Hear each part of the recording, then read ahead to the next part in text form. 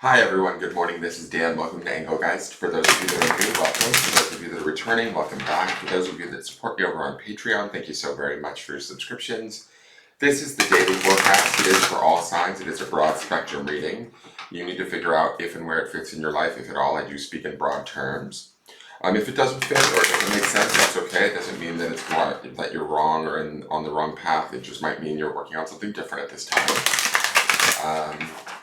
For those of you that are new, please check out the drop-down menu underneath any of my daily videos. In there is just some housekeeping rules, things I want you to think about when utilizing the channel, what decks I'm currently using, how to follow me on social media, either via my Facebook business page or my Instagram page. You can also request a private reading from either of those two places. Know that I will never reach out to sell you a reading, so if anybody contacts you and says they're me, it's not. Also in the drop-down menu is easy ways to support the channel. You can do so by hitting that thumbs up button if you enjoy the content, subscribing to the channel and hitting the notification bell so you get notified when I do put up new content. I do so daily. And what else? Sharing the video out and leaving me a question or comment. All of those things greatly help. So let's get into this. I will be referring back to the Sunday underpinning reading, which is the reading that is like sort of another layer that works underneath this throughout the week. So if you want to see that, that populates in the lower left-hand corner at the end of this video. You can watch that too. Another thing I should say is all of these readings are timeless, so don't get caught up on the date of the reading. If you're finding a reading of mine at a different date than it was originally created for, that's okay. It might mean that you're ready for the reading and the reading may fit. So just, utilize it with an open mind and see if it makes sense to your situation. I do believe readings can be timeless and find us when we need them rather than when they were originally created for. So let's see what's going on here with the cards. So our card for the day is the Eight of Cups, or Eight of Water. So this is always like an emotional walk away or an emotional departure from a situation, right? Maybe stepping back, pulling back. We did see the star in yesterday's reading, which also felt very kind of internal energy. We might still be in that space and looking at things through an emotional lens of what works for us versus what doesn't. And really kind of making our decisions around what doesn't work for us. That would be the Eight of Cups. The Eight of Cups to me is like taking the higher road, making a decision around a relationship, a situation, or, whatever it is that we're dealing with and really deciding, is this my highest and best? Is this offering me what I deserve? And kind of turning our heads to new horizons or new things that might work better for us or that might feel more in alignment to where we're at right now currently.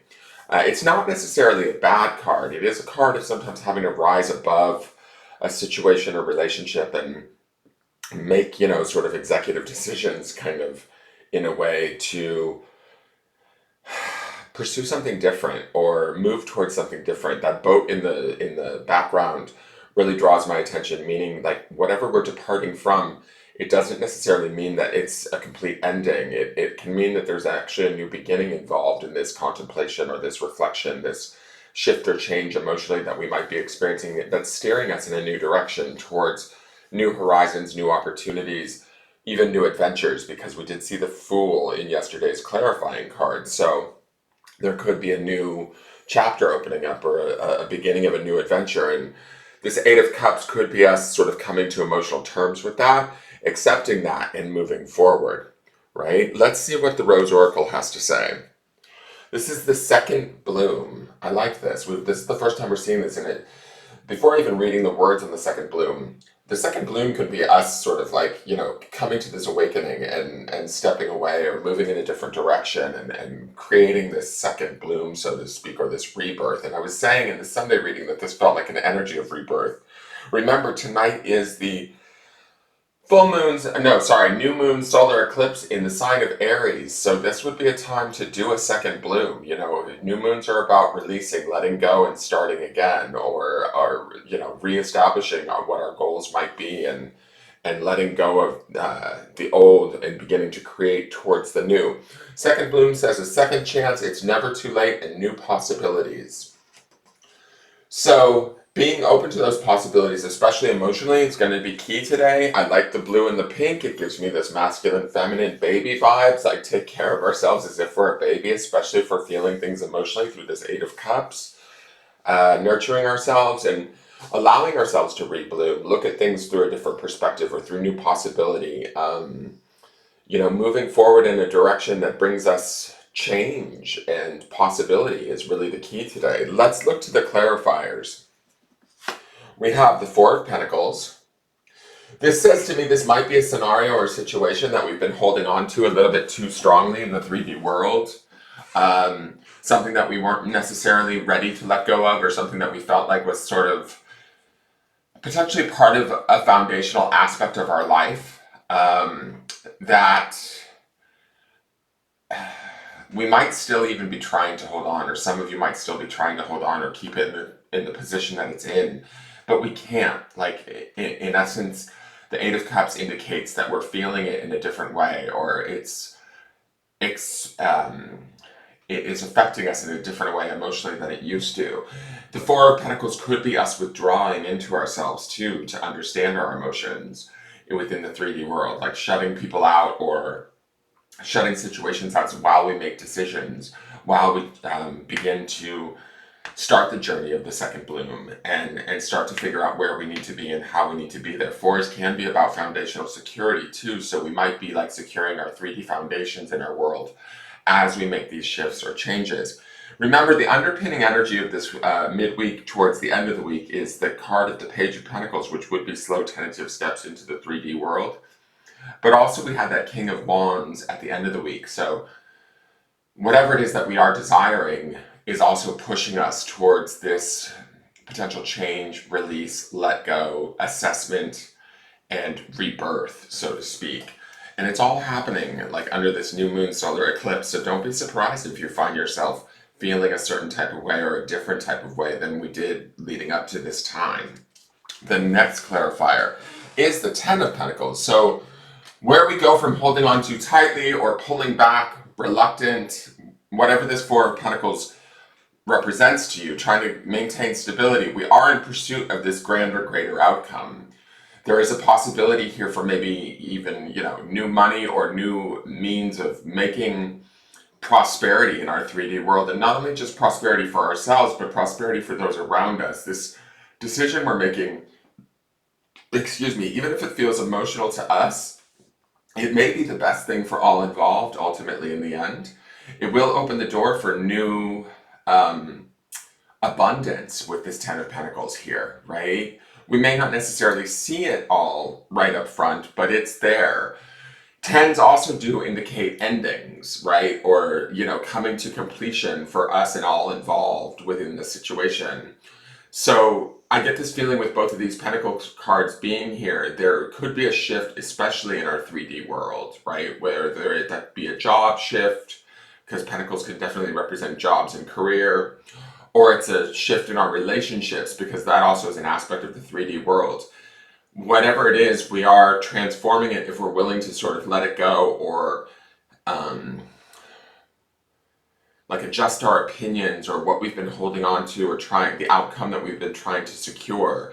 There's something bigger and better out there for us that we maybe didn't necessarily otherwise see, or we're unaware that it was, even an option. There's something more.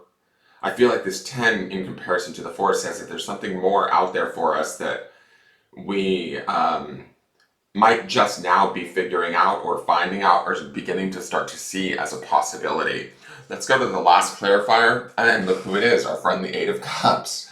Again, this is a double walk away. This is about making the hard emotional decisions as to maybe how we change where we're at within a situation.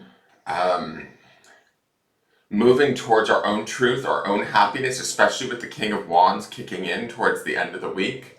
That King of Wands he's going to pair nicely with this Aries energy of the new moon, right? He's going to be that fire, that desire that says, no, I want that. This is what I'm going after. And it might be so different or new because of the new moon and it being a solar eclipse that makes it a new moon on steroids. So It could be this new option or new possibility, new choice that we didn't necessarily see leading up to this point, and now we're beginning to feel that this is not working for us, so it's time to move forward in a different way, in a different position, perspective, whatever that might be. We have to sort of be honest with ourselves, or truthful with ourselves in the fact that it's time to move forward, even if the situation or the relationship or the person is not moving forward with us, or it feels as though they may not be moving forward with us. We can still be grounded, discerning, make practical choices, and honor our emotions while doing so, and begin to transform or bloom again, so to speak, into a new beginning or a new possibility. Let's go to the grounding stone.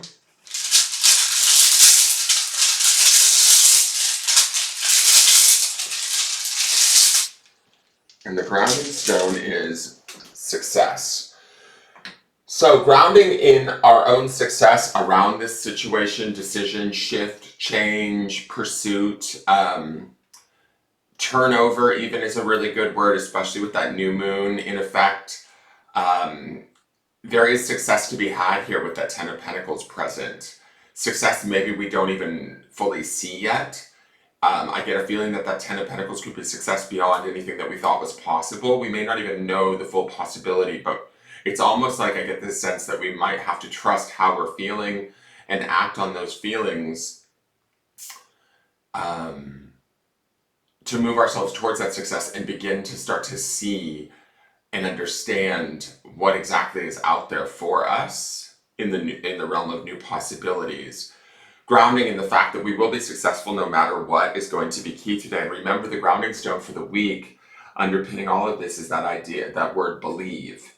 We need to believe in ourselves. We need to trust ourselves and understand what we're feeling and how those feelings and emotions indicate to us the truth of a matter, and honor them, right? Take action from them. Even if it's a departure or a moving in a different direction, allow that different direction to take shape and begin to take steps towards it. That Page of Pentacles also in the midweek would indicate small, new steps towards something new. So be aware that as we begin to take those steps, the pace may pick up with that King of Wands underpinning the end of the week too. It'll become more clear. We'll see it more clearly, and it'll become more available to us, and we will be more ready for it. That is your forecast. I hope it makes sense. Please like the video, share the video out, leave me a question or comment, and subscribe to the channel. I greatly appreciate each and every one of you. Thank you so much. Please tune in tomorrow, and we'll see how this energy transforms and changes. Take care.